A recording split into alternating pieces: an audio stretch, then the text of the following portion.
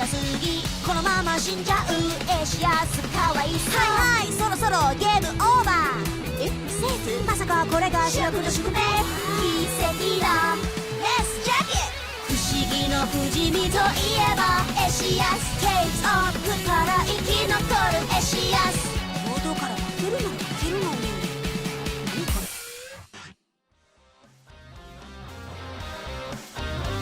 Previously on Caves of Qud, Aecius Rudius continued battling his way to the 6-day stilt, and on the way encountered a village inhabited by glow crows? The birds needed help in finding their otherworldly air of succulence, kith-like Schemasoft grenades mid-tier implant stolen by the glowfish Lendocuma Bexernus, legendary glowfish. Arriving at the lair, Aecius encounters a whole school of glowfish, but no signs of his goal. Will he emerge from the lair with the implant in tow, or will he succumb in the Grotto of the Glowfish?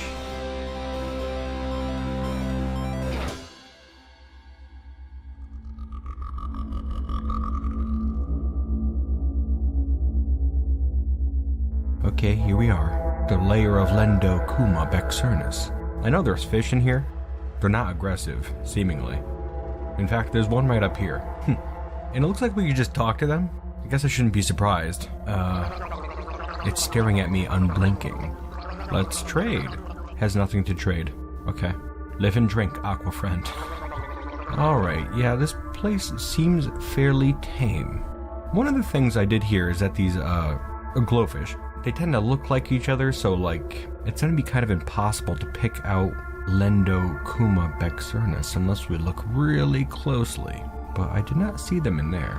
Well, I know I suggested using our jackhammer, but really we could just start jacking in any direction, and the thing only has a set amount of power. I don't want to go wasting it if I don't have to. Alternatively, over here there's a deep shaft. I guess we could just jump down. Seems ill-advised to me, if I gotta be honest. How about we do some thinking, get a quick meal in us, and then we can see how we're feeling. Rummaging over your surroundings, you find these ingredients. A diaphanous wing, a nip of salt, and a burnt capacitor. You toss them in a pot and stir. Oh boy, that'll fill you up. Okay, belly's full, let's get to jumping. Cowabunga. Okay, immediately regretful. A lot of bones here, as well as a bedroll and a campfire that's already lit. That's gotta mean something, right? Let's just be careful. Hello? Hello? A glowfish. You know, I'm pretty happy these glowfish seem like chill fellas. Just hoping that Lendocuma Bexernus is also quite chill. Hey, what are you? A sewage eel. Circular gills on its tongue slick and finned body pipe suck air out of the surrounding foul liquid gunk. It's of average toughness and can bite. Okay, well I guess it's safe to assume it can't come out of the water. I mean, it's a fish, right? Yeah, seems like it cannot.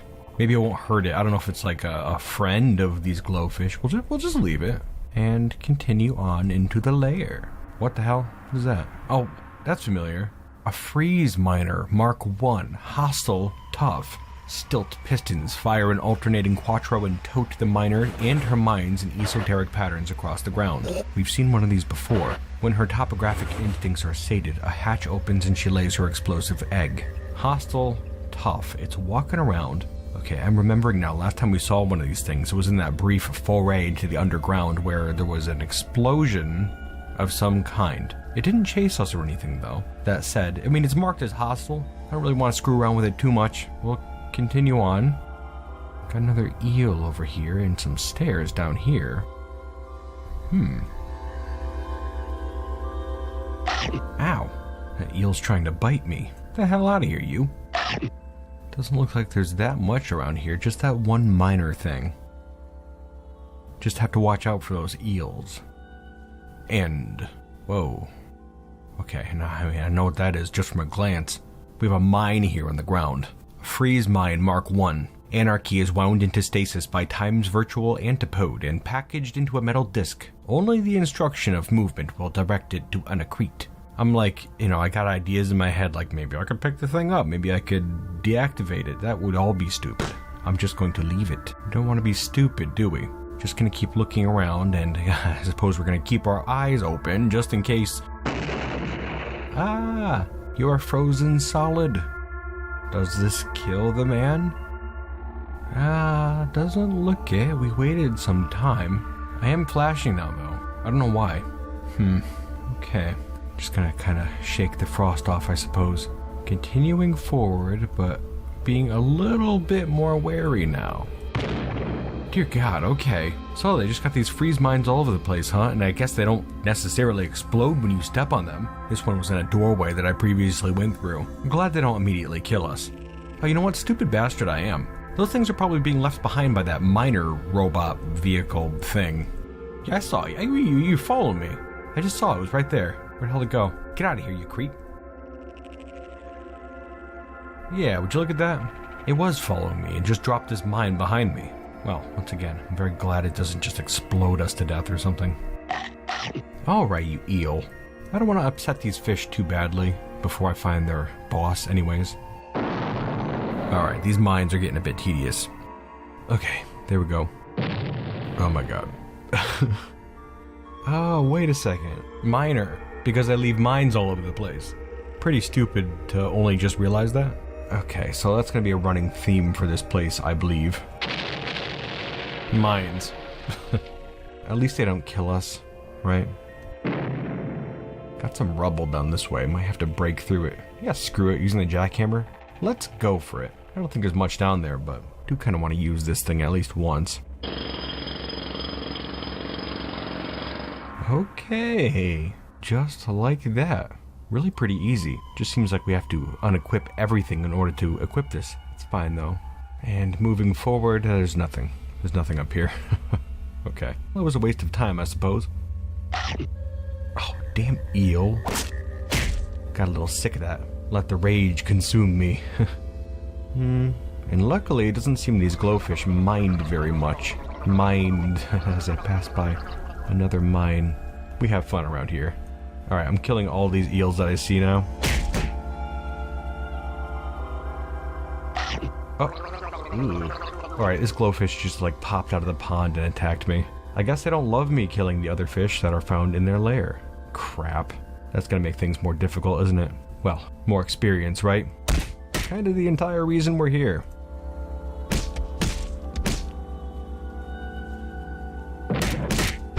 Got some stairs up over here. I don't know if this leads back up to the previous layer or what. Should probably make sure we've fully explored this layer first, though. Yeah, it doesn't look like there's much in here, just a bunch of fish. They don't seem too difficult. Ah, that could be a big deal, though. Crap. Okay, got a lot of fish up there. But it's not like we have any options, so let's do this. Oh, alright. They're not hostile, I guess? Okay, well, that works for us. In a way. Doesn't really help us that much. Maybe we should cause some trouble with them. Hey, you, fish. Nice gills, you idiot sucking, kissing, wiener. Oh, that didn't make it hostile, it just made him sad. He's not hostile, he's still neutral. Okay. I guess we'll just leave him alone for now. Realistically, that's probably the smart thing to do. Yeah, okay, we have this tree here. Maybe we could, jack it. Let's give it a try. Hey, okay, that did it. And there's nothing beyond it, of course. Okay, how about back downstairs? Uh-oh. I just jacked the miner. Went back up and doesn't seem to be following me. Okay. Feeling silly. Heading back down. Got my torch equipped again. It looks like the, thing is moving away. What a wiener. You know, can this thing even attack us? Screw it, let's do it. Oh, hey, that wasn't so bad. Cool. Noted. Miners are kind of wusses. Hell yeah. Love it. Hoo-wee. Yeah, taking one last little peek down here doesn't seem to be much. Maybe we'll just head back outside? Maybe there's another layer to this layer. I don't really want to start murdering these fish left and right, but... screw it. What are we, the good guy all of a sudden? Oh yeah, these guys are a bunch of wieners. Nothing to be afeared of. Aecius ravaged through the depths of Qud, where glowfish swarmed in the dozens. A glowing wall of wriggling menace. With each swing, he carved a path through their luminous ranks, turning the cavern into a battlefield lit by the scattered remnants of their fallen. But Aecius was not done. No, not even close. For once the glowfish had been dispatched, his gaze turned to the walls themselves. With jackhammer gripped firmly in hand, he began his unrelenting descent, tearing through solid rock, every echoing blow a testament to his pursuit for an implant of unknown powers, buried somewhere deep in these broken halls. Okay. Similar to last episode, I decided to do that little montage right there because I was taking an incredible amount of time looking around this place, and even now still have not found that item, though we have identified where it might be. Observe here.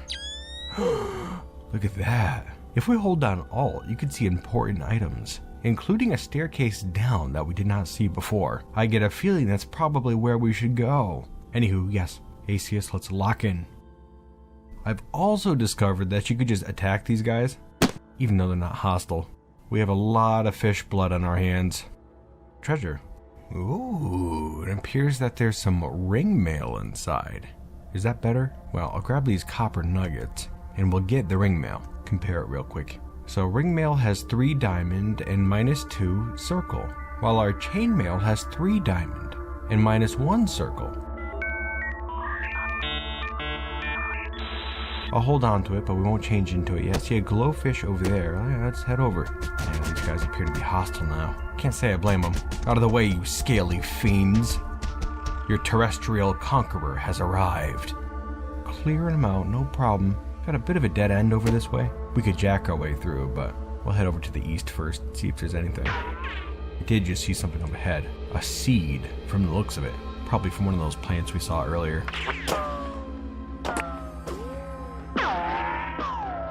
Oh, it's a glowfish, but not any old normal glowfish. It's Lendocuma Bexernus, though honestly it is hard to tell between it and a regular glowfish, other than the fact that Lendocuma here is admired by hermits for explaining the meaning of the canticles Chromaic, and it also appears that it's equipped with both a bite and a stinger. That is unusual, though overall Lendocuma is only described as being average in difficulty.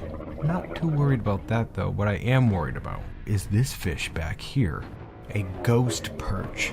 Dead light refracts through the rainwater and off its kaleidoscope scales. Color is attenuated, and all that's left is a white fin kelpie. Actually terrifying sounding. It is hostile like the other fish and is tough. Backing up slightly here. I don't know what those plants are doing with the fish. I mean, it looks like they're just firing away with their seeds. Oh, okay. I believe Lendocuma was destroyed by one of those plants, as well as the other fish that was in there, and I just murdered the ghost perch, no problem. Oh crap, we have some of those wall plants over here? Jilted lovers is what they're called. Wasn't anything. Easy. Would you look at that? You have finished this step. Find the otherworldly air of succulence, Kith-like Schemasoft, Grenades mid-tier implant. Of the quest, the wisdom of the otherworldly air of succulence, Kith. You gain 500 XP. A wahoo! We did it! Oh, that's excellent. Really wasn't so bad. Though we are in this chamber here, just kind of running around in terror because of this dread root that's like howling and making a horrible racket. Killed it. Let's have a look at this thing. Figure out what the hell it is, maybe. The otherworldly air of succulence, Kith-like Schemasoft, Grenades mid-tier implant. Encoded on this chip are the schematics for a whole class of mid-tier artifacts. You gain access to every schematic of mid-tier grenades. Destroyed when uninstalled. Target body parts, head. License points, 3. Only compatible with true kin genotypes. Okay, so I guess we could make use of this, and it gives us schematics to make grenades, I believe. Just like recipes, kind of just plant them in my brain. Well, that's fine and dandy, but it'll probably ruin our reputation with the birds if we just steal it. Well, let's keep on looking through this place. Just jacking our way through, killing some more fish. Doesn't look like there's much except for this chest over here, which has inside of it some feathered painted bark armor, as well as a couple of weird artifacts. Oh, those could be fun. Well, I'll get that grenade and these artifacts. We'll examine them. Okay, this one here is an electrified bronze dagger. Whoa, cool, I'll get it. And we also have a fungicide grenade, Mark 1. Cool. We'll be smart and hit Alt to see if there's anything else around here, and it doesn't appear to be anything. though we can have one last look around the place with Auto Explore. It's pretty handy. We did it during that montage. I don't expect to find anything, and if we don't, it's back up to the surface and to the birds. I expect a hero's welcome. Oh, it's gonna be great.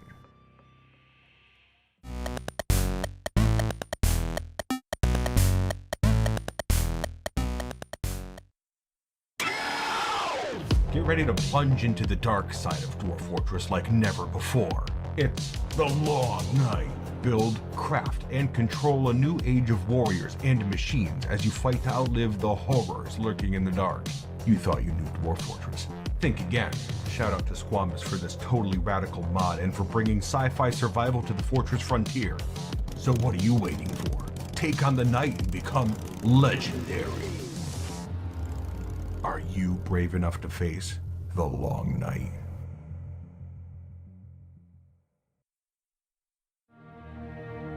Step into the magical worlds of Ivan Dutch. Imagine 200 free tracks in your library. Immerse your tabletop games in an unforgettable soundscape. But for the Ultimate Collection, get the Lifetime Bundle. Every track now and all new music forever. Make your project shine with the sounds of Ivan Dutch.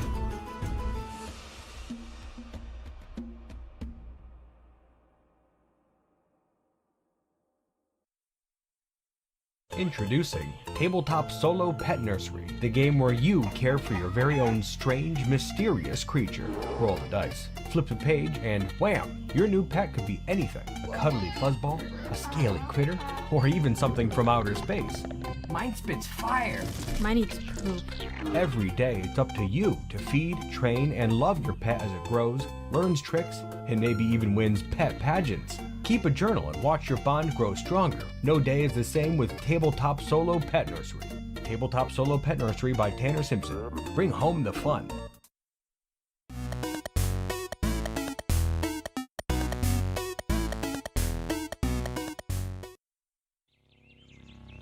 And here we are, back up on the surface finally. Feels like we were underground forever. Though I suppose we did come up briefly at one point during our excursion down there. We had that montage. We came up to the surface here and used our jackhammer to jack away a bunch of the ruins here. And, well, you can see they look a little bit different than you might remember, as in the fact that they aren't here anymore. There's no more ruins. It's just a big marshy field. They've been totally jacked away. We thought maybe that implant was buried in a wall or something. It wasn't. But we didn't know. Better safe than sorry, right? Only thing we couldn't jack away was this statue over here. Far too hard. But we got our implant, and we're good to go now, so let's get to it. Back to the north and to the Glow Crows. Shuar was the name of that town. We did a little montage to get here before, and you know, I think we could do that again. Not so much montage though, just a little time skip. We should probably get used to seeing that, honestly. You don't need to see every second of footage. You will be apprised of anything worth seeing, I can tell you that much. Otherwise, I think we could skip over random snapjaw kills. I don't know. Tell me if you'd rather see that sort of stuff in the future, but I think for now we'll just hit the road. I don't expect we'll encounter much danger anyways.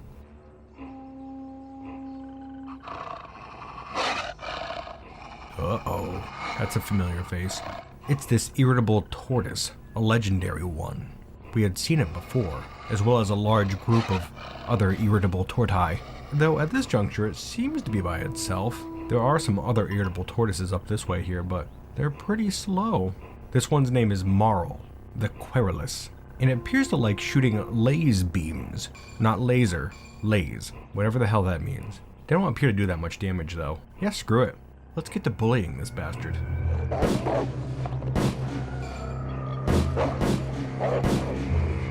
Yeah, taking shots here, but it doesn't look like many of them, if any of them, are piercing its carapace. Whoa, heading back down this way here, it looks like Marl the Querulous has gathered its troops. I'm feeling bold. Let's see what we could do. We still have some bullets left. Shouldn't be wasteful, but let's be wasteful.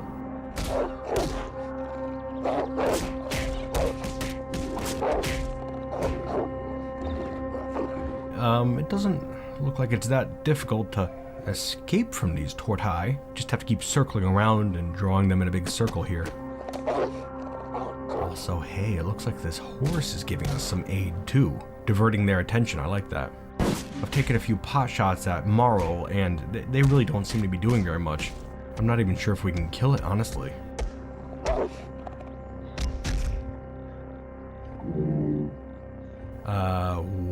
What the hell is that? What is this? What is this effect over here? Time begins to distort around Marl? I don't know what that means. Sounds a bit dangerous, but we're not like taking any damage or anything. We are getting hit, but nothing we can't manage. Alright, I tell you what. If our gun can't pierce that carapace and our sword can't either, then I think it's time to jack it.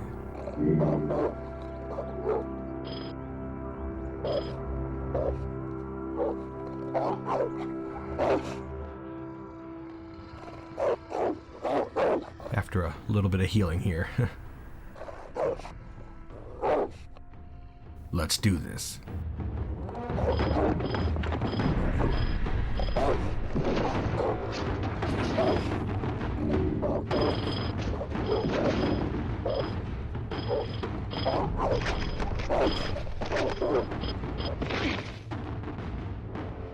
There we go.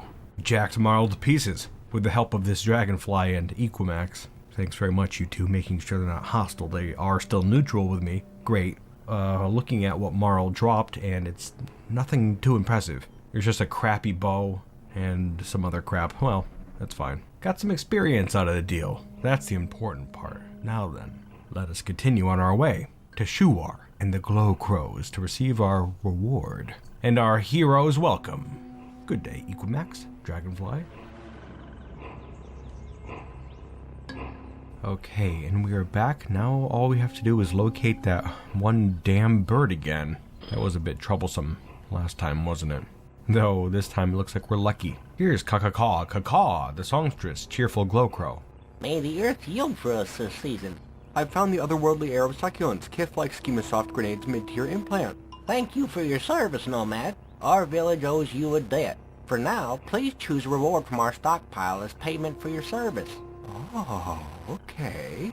Reward from a pile. Live and drink. They've taken the implant from me, and we have finished the step, returned the implant to Shuar, and have gained 500 XP once again. And we have completed the quest, and our reputation with the village of Shuar has increased by 100 to 200. Oh, and now we have some rewards here, 3 of them. We have a Sphinx Salt Injector, Shade Oil Injector, Sphinx Salt Injector, Skulk Injector, Shade Oil Injector. Just must be a whole load of different injectors. We also have a Salt Injector, Rubber Gum Injector, Hulk Honey Injector, Shade Oil Injector, Shade Oil Injector, and then we also have a Schrodinger page from the Annals of Qud, Villagers of Alad chapter. Boy, I hardly know what any of this stuff is. The injectors seem interesting. We have a couple in our inventory that we haven't yet touched. I'm trying to remember what the hell they do. I'm not sure I can actually look at what these do before selecting them. Rubber Gum Injector and Hulk Honey Injector sound interesting. Maybe we'll just get that. And I believe we did. Okay. And so I suppose that's going to be that. Huh. Well, easy enough. Maybe they have some more work for us. Moon and sun, wisdom and will. Doesn't look like it. Nothing to trade either. Live and drink, my friend. Huh, okay. Well, if that's that... Okay. Haven't been to this side of town yet. Got some other interesting stuff over this way. Cool looking structures and people. We have some stairs. What the hell is all this? It's like a whole different place. We have a catch basin over here that seems to collect water. Stoneware catches the tiny bit of moisture surrendered by the bone-dry air. Up to its north, we have an air well. Stone was carved and shaped into a rough dome with square, even-spaced windows to let air flow. The small difference in temperature inside the dome causes dew to condense from air and accumulate in a catch basin below. Fascinating. And over there we have an armchair, kneaded under the salt sun by a leather worker and stuffed with glow crow feathers for the repose of its owner. Up to the north there we have a carved diptych. A narrative is confined to the etched boundaries of this stone, to the reductive duality of its form. It's a monument to a scene from the history of the village Shuar. Shame to flays on the feathered serpent, legendary Isakari rifler, who supports those who oppose high branches in the salt-strewn air. Alrighty. We'll note that in our journal, but I'm not sure what use we have for that info. Well, anywho, over there to our east we have a couple of figures. Hello. Warden Ba. A braid of roasted frog skin stretches taut over his swollen pectorals and fastens a satchel to his hip. His hooves are stained with an unclassified mixture of blood, and spittle flies from his bleating mouth into a tuft of scraggle chin hair. Okay. I could be wrong entirely, but remember there was a warden in that first town we were in, Ugar, that big plant thing. Maybe each town has a warden. Interesting. Well, I actually have more interest in this figure over here. Dikal, a dromad merchant, one of the stoic, long-necked man-camels. Traders. Welcome, human. What do you desire? Live and drink. Let's trade. Remember, we had that other one in Ugar who was able to sell us bullets. And it looks like this fellow has quite a few bullets too, as well as some weird artifacts. Yeah, let's do some trading. Just real quick. Okay, and I think that'll do it right there. Got all those bullets, so we have 64 now. Sold off all of our scrap armor that we've been picking up places. Nothing too important. Also got a couple more water skins. As I'll tell you, we got a bunch of water today. Needed more ways to hold it. Also, as a note, we got rid of that bow that we had, and all those arrows too. Don't need them now that we have all those bullets. Good doing business with you. Live and drink, my friend. Alright, all geared up now, looking pretty good. We're gonna scope out town, see if we can find anything else interesting, maybe a new mission. And if we can't, then we're just gonna keep heading north. But I do think it would be smart to spend some time here, especially if it'll be worth our while. Let's see what we can find. Well, here we are at the edge of Shuar, enjoying a nice meal of honorable aniseed, a flattened salt hopper wing, a sacred horn from a jilted lover, and an inquisitive glow crow feather, all thrown into a pot and stirred vigorously. We didn't discover anything else here in Shuar. Pretty sure we've exhausted all our options, so now we're going to hit the road once more, with our belly full, our rifle loaded, and our hammer ready to jack. Oh, and actually, before we leave, we can get this right here. We have leveled up and have enough skill points now to get proselytize, where we can persuade an intelligent creature to join us. Very interesting sounding. That's what we said we're going to do, so let's do it. We have gained the activated ability, proselytize. Hell yeah. Got 136 skill points remaining. Yeah, not much we could do. I would like to continue putting points in stuff that we've already worked our way up to. You know, like with our shield and sword and whatnot. Though, that said, I am seeing cooking and gathering over here. That might be pretty interesting too. Imagine an actual meal, not made out of bug parts and rocks and stuff. Yeah, screw it. Let's not put any more thought into it and just get cooking and gathering. Okay, we've got it. Now, I'm not sure what we could do with that, but it looks like with a few more points we can actually butcher animals and consume them. Same thing with plants eventually. Oh, and even spice up our food a bit. That's exciting. Okay. Aecius, we are looking like a good, smart little boy right now, aren't we? I think so. I think so. And I'll tell you what, now that we're heading out, proselytize. That's not an aggressive thing, right? It's just kind of like telling somebody what's what and like convincing them to believe what we believe in. What I'm saying is that if I try it on one of these glow crows, they're not going to just like attack me, right? I'm just kind of, you know, trying to talk to them. Yeah, let's give it a try. Alright, so listen here, Glowcrow. I'm on a mission to go to the 6-day stilt for reasons that I still don't fully comprehend. But I was told by an old, unhinged man that I should go there, and so that's what I'm doing. How would you like to go with me? Okay. Did that work? I think so. You convinced the Glowcrow to join you. Looks like we got ourselves a new friend here. Well, that's what I love to see. Moon and sun, wisdom and will. My friend, I am so happy you decided to come with me. I'm going to assume you don't have anything to trade. Looks like we can't do much else for our conversation. It would seem that way, doesn't it? Sure does. Alright, well, I'm going to call you Sassy G. And we should hit the road, shouldn't we, Sassy? Live and drink. Live and drink, my friend. Yes, let's make our way to the 6-day stilt. 'Twill be quite rousing. Now the real question is that voice going to get annoying to do? I guess we better hope not. I think we're committed at this point. Let us go, Sassy. We are off to the 6-day stilt. And so intrepid adventurer Aecius Rudius and his new ally, the Glow Crow Sassy, continued on their journey northward towards the 6-day stilt. With hearts full of courage, they planned to make great haste on their journey. But with increased boldness, Will they be blind to the dangers of the Caves of Qud?